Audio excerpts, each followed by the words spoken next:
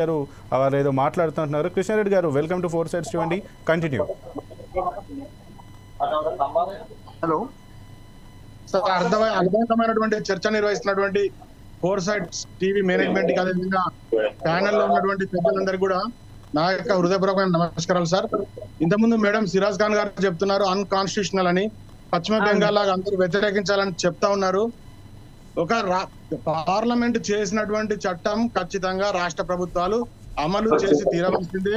వారు వ్యతిరేకించాలని చెప్పడమే unconstitutional sir. రెండవది ఫండమెంటల్స్ రైట్స్ కి వ్యతిరేకంగా అని చెప్పి మేడం గారు ప్రస్తావిస్తున్నారు సార్. అసలు బిల్ అమెండ్మెంట్ 2013 బిల్ లో ఉన్నటువంటి అనేకమైనటువంటి అంశాలు రాజ్యాంగం వ్యతిరేకమైనటువంటి కోర్టుల్లో ఛాలెంజ్ అయినటువంటి సార్.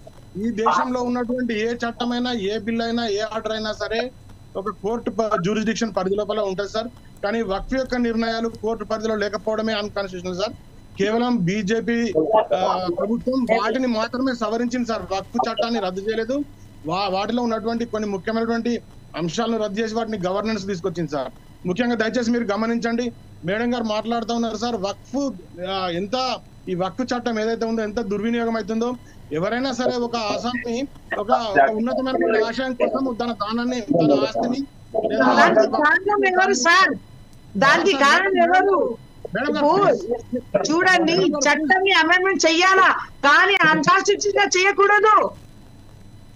మేడం గారు మీరు చర్చ పూర్తయిన మీరు మాట్లాడచ్చు, తప్పకుండా మాట్లాడచ్చండి సార్. మీరు చూడండి, ఏదైతే అంశం కోసం వారు దానం చేశారో దానికోసం కాకుండా 5 స్టార్ హోటల్స్ నిర్మాణానికి కమర్షియల్ కాంప్లెక్స్ కోసం ఇవ్వడము, తర్వాత అన్యాక్రాంతం అవడము సార్, ఎలాంటి కోర్టులో అన్ఛాలెంజబుల్ గా ఎలాంటి డాక్యుమెంట్స్ లేకుండా ఓవరాల్ గా డిక్లరేషన్ ఇచ్చారని చెప్పి తీసుకోవడము సార్. ఈవెన్ మన సివిల్ ప్రొసీజర్ కోడ్ లో ఉన్నటువంటి అంశాలు ఇవి కూడా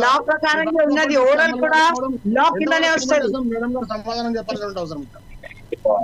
ఓకే, సిరాజ్ ఖాన్ గారు మీరు వీటన్నిటికీ ఏదైతే కృష్ణారెడ్డి గారు అడిగారో వాటికి అన్నిటికీ మీరు సమాధానం చెప్పాలని వారు అడుగుతున్నారు.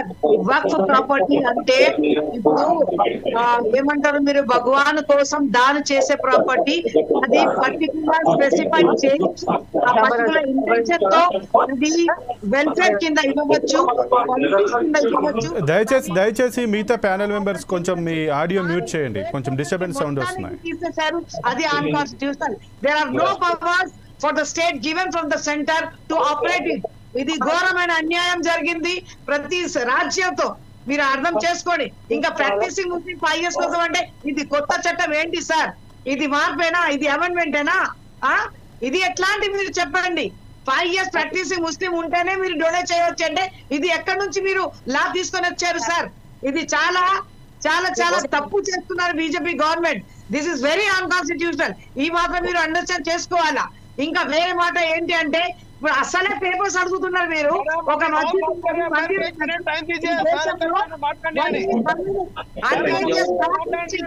దేశంలో మందిర్ మస్జిద్ ఉన్నాయి, రిలీజియస్ ప్రకారంగా ఆ మాన్యుమెంట్ అందరూ ట్రెడిషన్ ప్రకారంగా దాన్ని ప్రాక్టీస్ చేస్తున్నారు.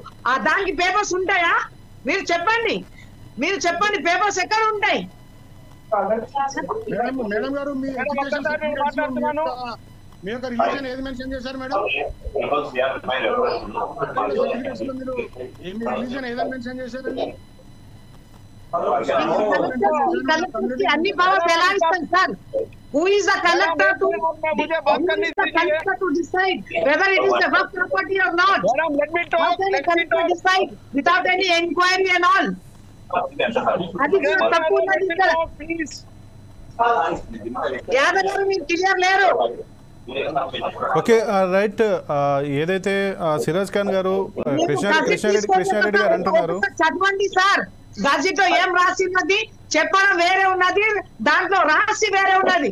మీరు అది తీసుకొని ఒక్కసారి చదవండి సార్. మనం అందరూ Indians, we are not like that.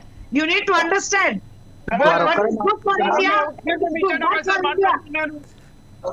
మీరు బీజేపీ, కాంగ్రెస్, మీరు